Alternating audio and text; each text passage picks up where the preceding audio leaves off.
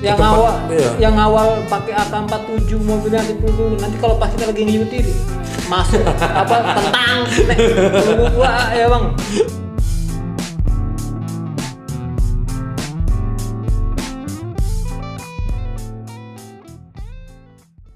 Yang sekarang masih saya pegang PCN level 2 itu ada 6 metode. 6. Oke, 6 takut saya nengoknya Ya kan? 6 oke.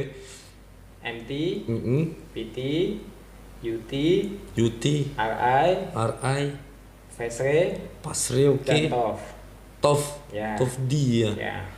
Kemudian lain lagi ada Rope Access level 1 juga. Rope Access level 1. Pegang. Oke.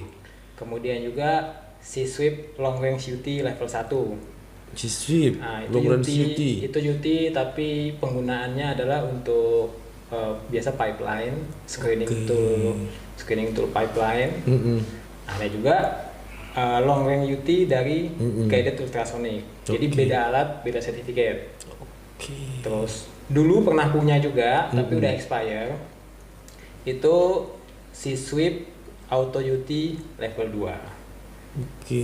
Itu ketika udah habis expire 5 tahun, mungkin pada saat itu bodohnya saya, atau mungkin saya juga terlalu apa aku bilang terlalu meremehkan. Pas pada saat itu sertifikat mati, saya tidak sambung.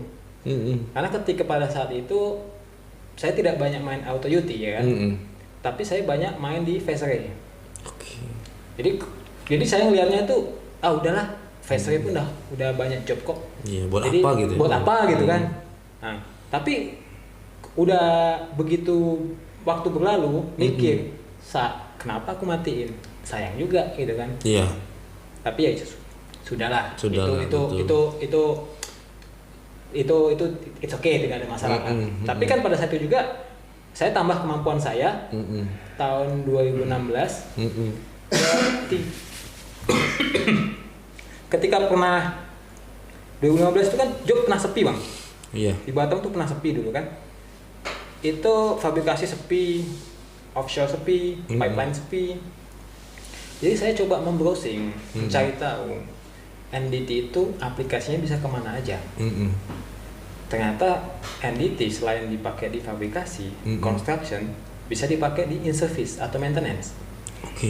Jadi kemudian saya ulik-ulik lah, apa aja sih metode-metode maintenance yang bisa kita ambilkan dari UT ini. Karena aku dulu waktu itu suka UT, bukan suka UT lah gitu. Memang suka ya? Memang kayak aku pengen ngembangin UT gitu aja. Iya. Dapatlah long range UT. Nah, aku belajar long range UT, ikut kursusnya di Malaysia pada saat itu. Ketika lulus pun nggak tahu mau kerja di mana bang. Tapi ya itu, karena pada saat itu aku bilang tadi, saya tadi kan ngomong, yang kita lakukan sekarang ini itu adalah proses yang 5 tahun ke belakang.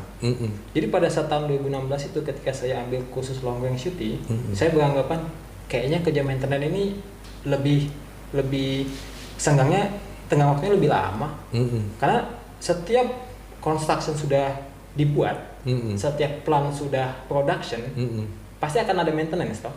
Betul. Ya kan? Maintenance itu akan ada sampai itu udah flare boom itu udah nggak hidup lagi. Sampai kapan-kapan pasti ada maintenance. Iya, betul kan bang? Bener. Kalau construction kan ya ada masanya kan, ada betul. masanya. Kalau maintenance kan pasti akan ada. Nah jadi itulah aku bilang, aku pengen belajar maintenance nih. Aku pengen kerja di maintenance.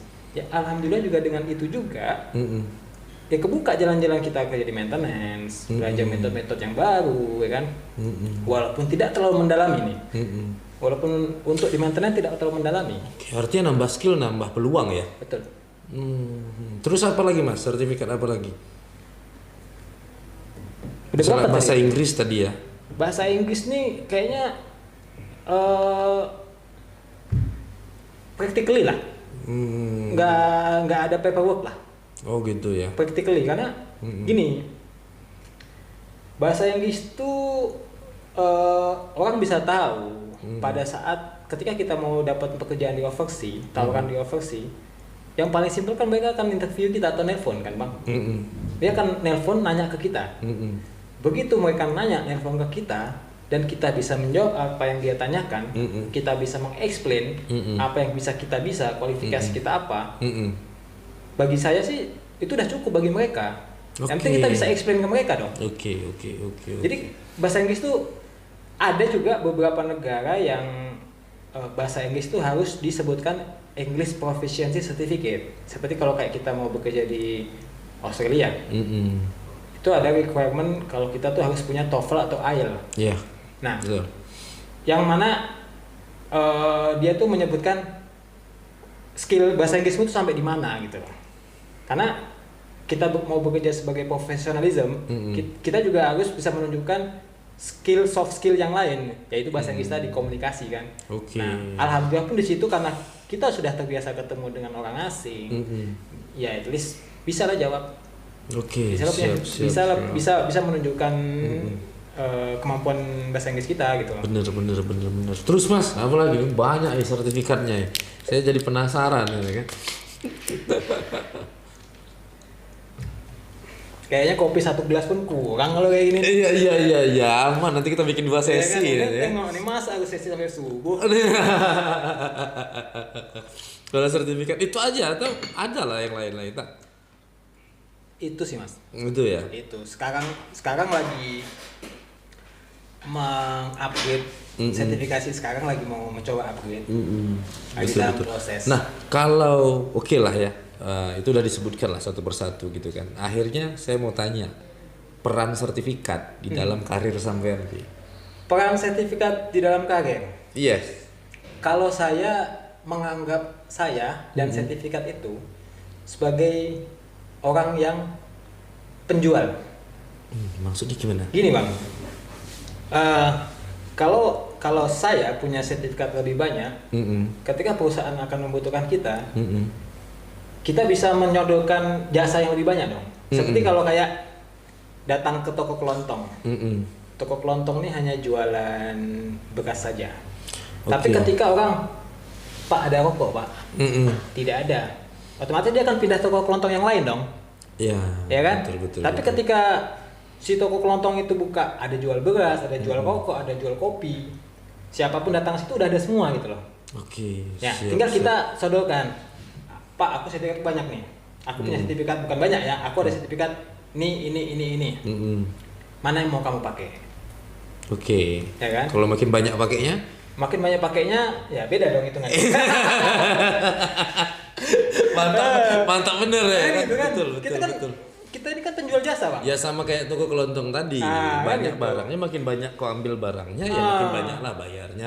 Orang akan lebih senang begitu datang banyak barang di situ. Betul. Kan gitu. Betul. Jadi sekali masuk itu bisa beli beberapa barang. Tinggal pilih lah di situ. Iya.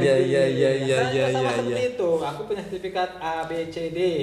Nah, kamu punya pekerjaan apa untuk saya? Silakan bisa pilih. Kalau ternyata cuma pekerjaannya metode untuk ini saja, nggak masalah gitu kan. Terus Mas kalau bekerja nih, iya kan? Tadi kan saya dengar ya mungkin Mas bilangnya adalah nggak banyak gitu kan. Tapi kalau saya mungkin bahkan teman-teman beberapa di luar sana paham, wah itu banyak sekali gitu kan. Nah itu Mas pernah kemana aja? Bekerjanya. Ke sesi-sesi yang makin unik lagi nih. Iya. Batang rokok dulu nih. Iya sesi yang makin unik lagi kan. Ada aja yang bisa. Batang lagi lah. Batang lagi. Oke. Itu Mas pernah kemana aja? Maksudnya saya ke luar negeri, alhamdulillah udah banyak tempat yang saya pernah datangin ya.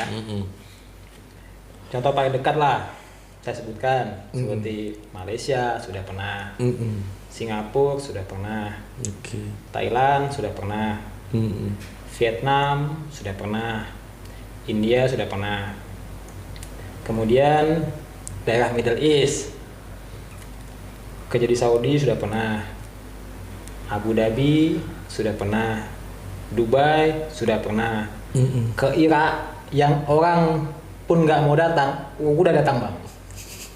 Irak. Aku nggak tahu. Ngerjain apa dulu di sana? Aku nggak tahu. Apakah cuma saya sendiri orang yang di titik technician Indonesia yang datang ke sana, ya kan? Iya. Kalau misalkan teman-teman yang udah pernah ke Irak, coba sebutkan yang udah pernah. Jadi aku ada kawan kan gitu. Iya kan? betul, aku nggak sendiri ya. Aku nggak sendiri gitu loh. Karena yang aku tahu NDT teknisi yang udah pernah ke Irak, aku belum jumpai gitu loh. Kalau ada yang pernah NDT teknisi Indonesia pernah ke sana, ya bisa share ke kita lah. Iya, kita senasib seperjuangan gitu. Memang Irak unik tempatnya. Oke. Ya kan? Terus pernah ke daerah Amerika, ke Argentina sudah, terus ke Australia sudah pernah, terus ke UK, ke London sudah, ke Swansea sudah. Mana lagi yang belum ya? Papua Nugini sudah. Luar biasa ya Mas ya. Kayaknya ya alhamdulillah udah ada pengalaman lah gitu kan. Iya luar biasa itu Mas. Saya sih ngelihatnya Kan nggak malu-maluin Bang jadinya. Loh ya iya gitu loh. Itu benar gitu. Sama kayak saya tadi tuh agak tertarik sama waktu Mas bilang pas ke India. Gitu loh kan. Karena sudah rahasia umum, bahkan bukan rahasia umum, kita semua tahu itu bukan rahasia umum, menurut saya memang fakta gitu kan, bahwa NDT technician bahkan level 3 itu banyak banget dari India gitu kan. Maksudnya di tempat yang persaingannya begitu tinggi itu. Kan gitu kan, dan Mas tuh masih bisa tembus ke sana gitu kan. Iya. Nah jadi saya bilang ya makanya saya itu diam aja gitu, saya ya maaf ceritanya saya kagum gitu dengar cerita itu gitu loh ya, kesana apalagi ya kalau ke Irak walaupun unik mungkin saya bayangin ya nggak ada orang mau kesana kan gitu. Iya, Bang. Tapi kalau kayak ke India gitu kan, kayak ke India ini kan faktanya di sana itu jangankan level 2 mungkin ya, level 3 aja ribuan gitu loh. Iya, sudah banyak lah gitu kan. Sudah banyak gitu kan. Sudah banyak gitu, dan ternyata kita orang Indonesia itu bisa kok nembus ya area yang begitu berdarah-darah itu ya. Kalau menurut saya maksud itu kan karena banyak kan, jadi persaingan tinggi Mas. Karena bahkan dulu waktu saya di Irak itu Bang, itu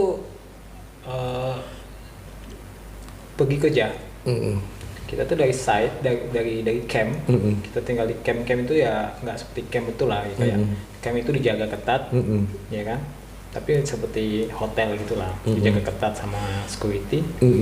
Itu penjaganya AK-47 semua Mas. Wow. Kita keluar dari camp mau ke site itu jam 5 pagi.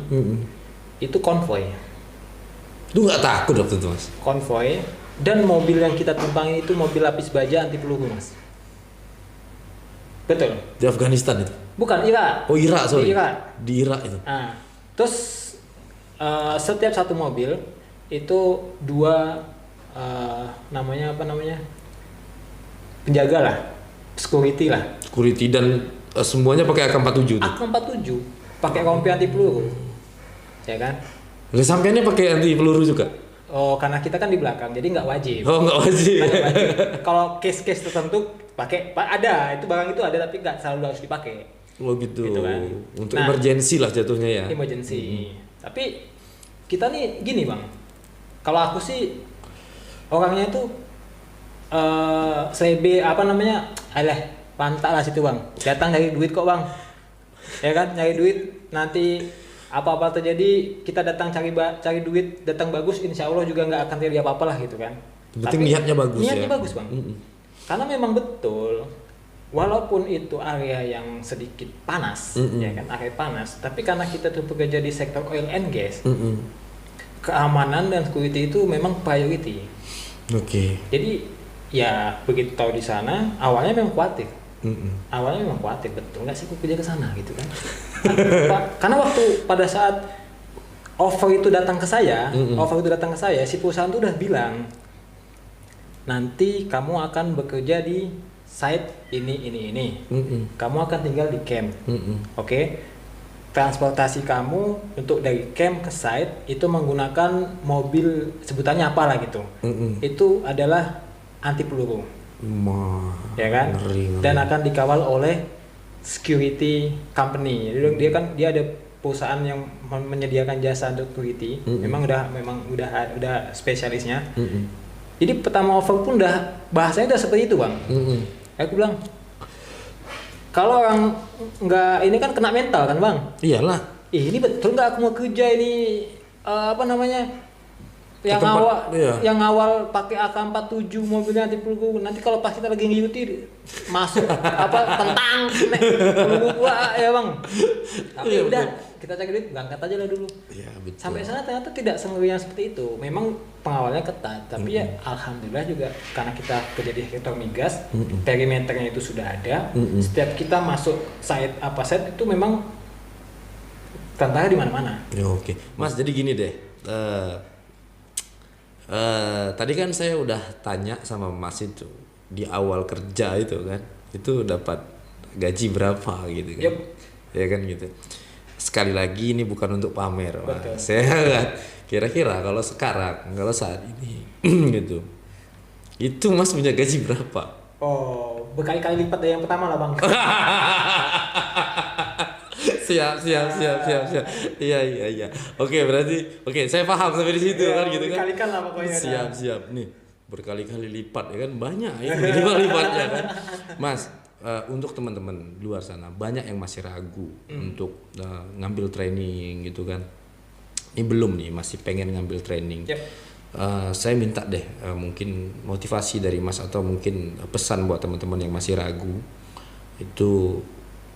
Mungkin ya adalah pesan Mas apa untuk mereka gitu ya, sama untuk teman-teman yang baru bekerja ya. Tapi mungkin rate-nya kayak Mas di awal-awal tadi. Nah, sebaiknya mereka tuh seperti apa gitu loh, maksudnya saran lah, masukan bukan ngajari, bukan menggurui. Betul. Ya gitu ya. Kalau saya pribadi mungkin saran untuk teman-teman yang baru mulai mulai aja dulu. Iya. Ya kan, sarannya sih ya mulai aja dulu kan. Betul kan gitu kan. Iya. Mulai aja dulu kan. Iya, betul. Nanti kan perjalanan itu kan kita bisa tahu seperti apa ketika nanti kita udah masuk ke bidang editing. Kadang ada passion kita itu muncul ketika saat kita udah mulai bang. Ada yang passionnya itu UT, ya kan. Ada yang passionnya cuma MTPT. Kenapa dia nggak cuma MTPT? Ada yang bilang katanya UT pusing lah, UT ribet lah, harus kalibrasi, nanti kena cross check lagi, kan seperti itu. Ada yang passionnya mungkin di fotografi, makanya jalan aja dulu. Tapi punya target diri bang. Kalau memang udah mulai, fokus nih, ya kalau fokus nih serius lah, tapi santai. Serius tapi santai, sama belajar dijadwalkan sama belajar ya kan. Habis itu nanti ada target, kalau tahun ini harus punya UT, MTPT misalkan, minimal tahun depan harus punya UT. Tahun depan lagi targetkan harus punya PCM. Tapi kan kalau memulai itu emang tidak semudah tiba-tiba kita bisa dapat kerjaan bang. Pasti tahapnya juga cukup berat. Jadi kadang kalau bisa ya kalau memang bisa ikut magang dulu, bisa ikut belajar dulu ke lapangan, ya kan, ya terima gaji yang kecil-kecil dulu, sama kenal orang lebih banyak, membuka relasi, ya kan, nambah pengalaman. Kan dari situ kalau kita ketemu orang lebih banyak, orang tahu kinerja kita, insya Allah ketika nanti ada pekerjaan tempat lain, hubungan kita baik, ya insya Allah akan ditawarin gitu, akan diajakin. Betul kan? Betul. Jadi tambah lagi sekarang persaingan kan banyak bang. Betul. PCN juga udah makin banyak, tapi pekerjaan juga seperti itu. Jadi kalau saya pribadi, kalau bisa nih, kalau yang udah sertifikat mumpuni nih, udah ya sampai MD misalkan, MTPT, UT, BCN lah semua punya.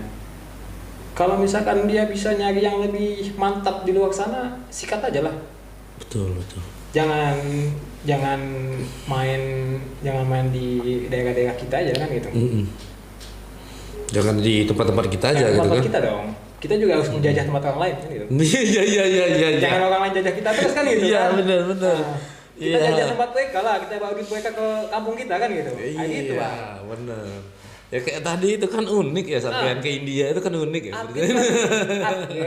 Upgrade pelan tapi pasti.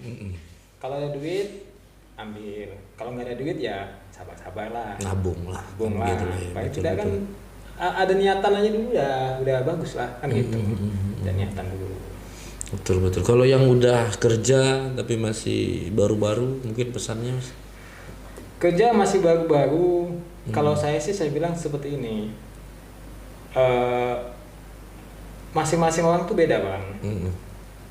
Banyak yang memang mereka udah merasa cukup.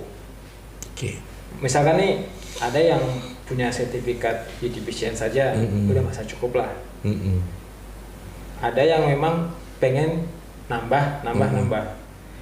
Merasa cukup nih bisa jadi dibilang mungkin dia udah merasa cukup semua ekonomi di rumah, atau istilahnya ada yang juga nggak mau keluar juga cukup lah, ketemu keluarga, berangkat pagi balik sore, ada yang seperti itu kan. Tipikal orang kan lain-lain. Betul. Ada yang tipikal kayak saya mungkin nggak bisa diam satu tempat, adventure ya kan, supaya datang ke tempat baru.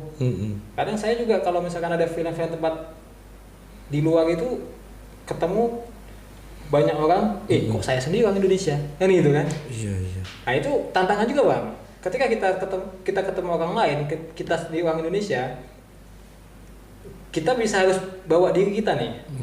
Bawa diri kita nih, jangan sampai kita menyombongkan diri, jangan sampai kita merendahkan. Siap. Jangan sampai kita juga direndahkan sama mereka gitu loh. Betul. Tapi alhamdulillah sejauh ini, bahkan saya kemana-mana pun, ketika saya orang Indonesia sendiri, alhamdulillah nggak sampai diremehin.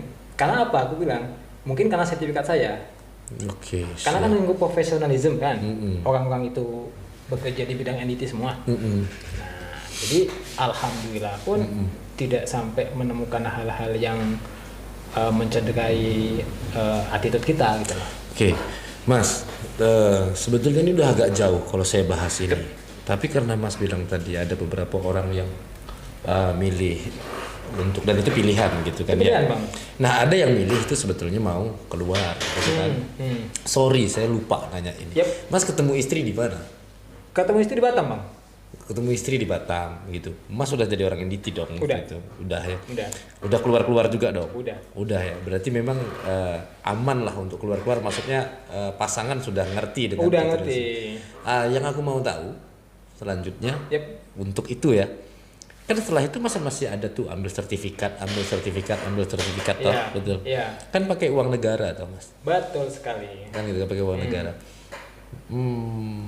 Gak masalah tuh sama ibu negara gitu. Kalau kita bicara dari dua sudut pandang bang, pasti masalah. Namanya perempuan.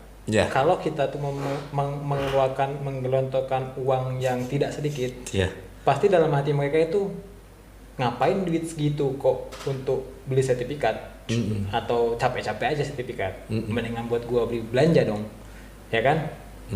Itu dalam perspektif perempuan biasanya juga kadang ada, tapi kita sendiri kita juga harus bisa menunjukkan ke keluarga, ke istri kita juga. Kalau memang kita itu benar-benar untuk ngeluarin duit sertifikat itu juga tujuannya hal yang positif. Pertama mungkin juga memperbaiki ekonomi, ya kan gitu kan, bisa dapat lebih. Siapa sih yang nggak suka istrinya kalau gajinya suaminya lebih? Betul. Kan memang awal-awalnya ngelontorin duit juga berat, apalagi kalau ditinggal juga berat. Siapapun pasti gitu bang. Pasti istri kalau ditinggal juga pasti berat. Tapi kan kita juga bisa harus ada kepercayaan dong. Komunikasi, memberi keyakinannya itu gimana? Kita kan komunikasi aja sekarang. Komunikasi, dan sekarang kan komunikasi nggak kayak dulu ya. Gampang dong komunikasi sekarang. Betul. Oke Mas, kenapa saya anggap itu pertanyaan penting, itu baik yang baru atau bahkan mungkin baru mau join ya ke dunia NDT.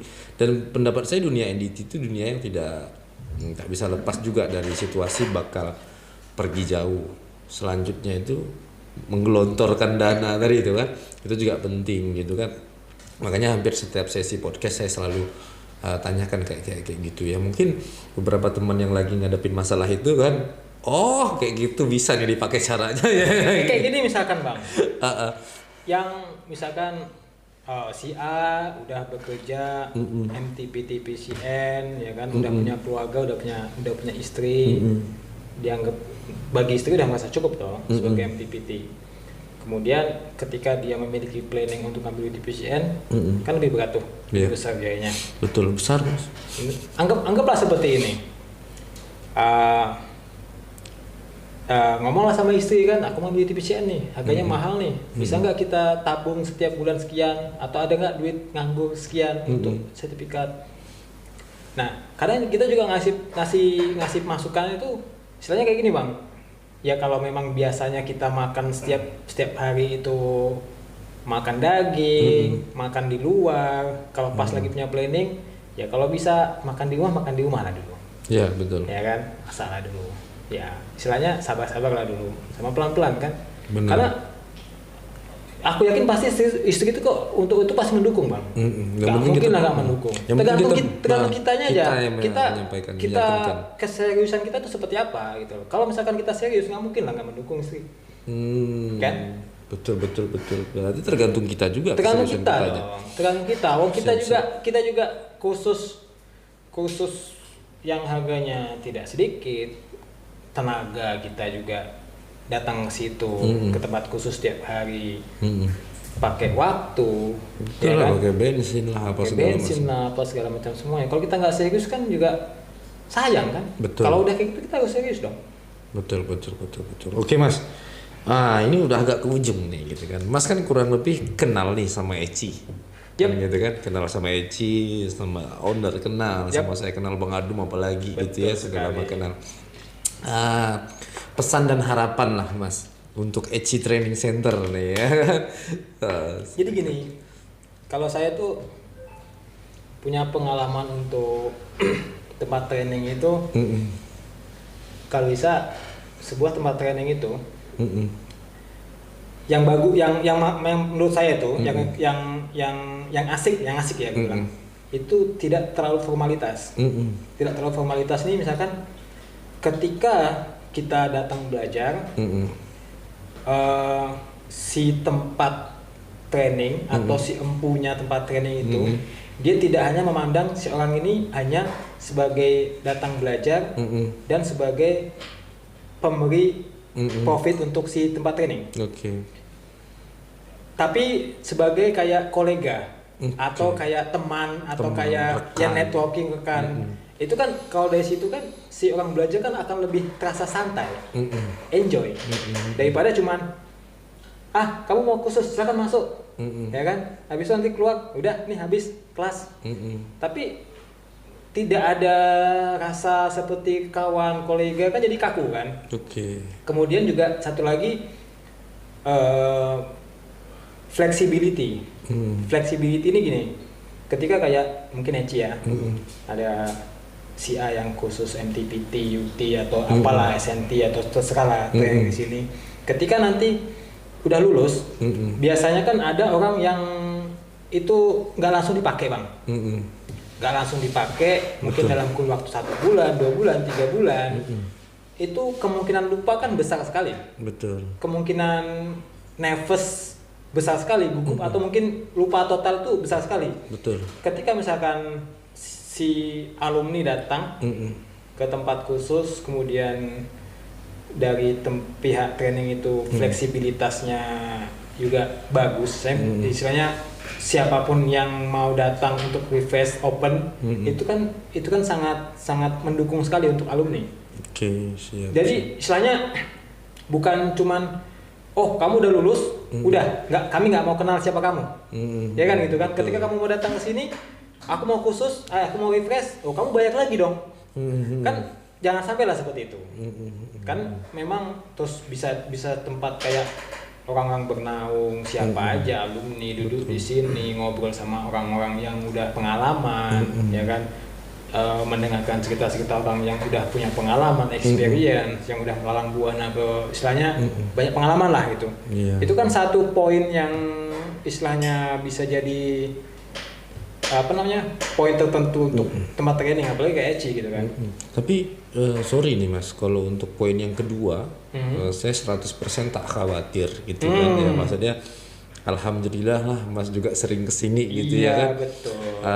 Istilahnya iya alhamdulillah kami sudah laksanakan itu kan gitu kan kalau untuk yang poin kedua. Tapi tadi untuk poin yang pertama tadi itu mengenai apa tadi Mas? Ngerangkul tadi itu ya. Gitu kan ngerangkul tadi itu. Kalau menurut Mas kita kurangnya di mana? Saya kurangnya. Iya masukan lah, ini kan masukan positif nggak ada masalah. Sejauh ini sih sudah it's okay. It's okay lah karena kan kayak Eci pun kan tidak perlu harus menjamu kayak betul. tuan rumah orang bertamu rumah silahkan monggo harus disuguhin kopi dengan membuka pintu lebar siapapun bisa datang ke situ itu kan sudah merangkul otomatis. Sebenarnya orang datang ke sini pun nggak kaku gitu loh. Betul ya, saya takutnya orang kesini kaku itu enggak ya berarti ya. Mampir takutlah nanti orang pada sibuk semua, orang sibuk masing-masing. Istilahnya nanti kita duduk dikacangin sama orang sini kan tidak seperti itu. Makanya kita konsepnya juga ada warung kopinya kan Mas ya. Biar alhamdulillah juga kayak Mas Nova ini sering mampir gitu kan. Saya tuh lihat kawan-kawan kalau udah ada Mas Nova itu nongkrong sini itu yang ngerumuni banyak gitu. Iseng-iseng walaupun utang kopi segelas kan. Lah banyak kali cerita. Mas Nova, ini betul-betul terakhir nih. Betul-betul terakhir. Satu kata untuk Eci Training Center, Mas. Ya keep up ya kan. Lanjutkan membuka peluang untuk kawan-kawan yang mau belajar ya kan. Terus tetap menjunjung tinggi istilahnya lebih humble. Itu aja lah ya pokoknya ngasih servis yang bagus lah. Servis yang bagus ya, pokoknya buka pintu tuh siapapun yang mau datang gitu. Oke lah itu. Abang puas kayak kan adik masuk siap kan? Iya. Mas Nova ini thank you banget. Sama-sama, obrolannya luar biasa. Ini kalau dilanjutin nggak habis sampai besok subuh. Iya bener. Saya tadi tuh waktu ngomongin sertifikat itu ya ampun ini sebanyak ini nih kalau dibahasin. Dan saya yakin banyak yang mau dapat informasi itu. Bahkan mungkin kalau kayak negara tadi itu, sebanyak itu negara banyak banget dijalanin itu ya kan. Iya. Saya jangan ngomong yang jauh-jauh lah, ngomongin makanan aja itu udah banyak banget gitu mungkin ceritanya di tempat ini makannya begini, tempat ini begitu gitu kan ya. Saya kebanyakan ketika bekerja di negara itu, di negara-negara overseas itu, saya single fighter bang. Single fighter ya, Indonesia fighter, sendiri tadi ya. Single fighter tuh maksudnya tuh ya nggak ada siapa yang bawa, nggak ada ngikut siapa. Ya udah datang tuh cuma saya sendiri yang misalnya nggak kenal siapa-siapa gitu loh. Siap. Jadi gitu nih Mas, nih makasih banyak. Sama-sama, Bang. Pokoknya buat Mas Novanya sehat selalu, sukses selalu ya kan. Sehat sekeluarga. Amin. Gitu kan, ini salam juga dari kami nih. Gitu karena udah kadang-kadang saya tuh suka sungkan ya sama tamu-tamu yang datang ke sini tuh kayak gitu karena sebetulnya waktunya tuh nggak banyak. Betul, tapi Bang.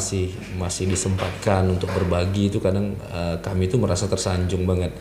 Mau kasih apapun rasanya untuk bayar waktu Mas, untuk bayar cerita pengalaman tuh rasanya taklah bakal ketutup terbayar kami gitu kan.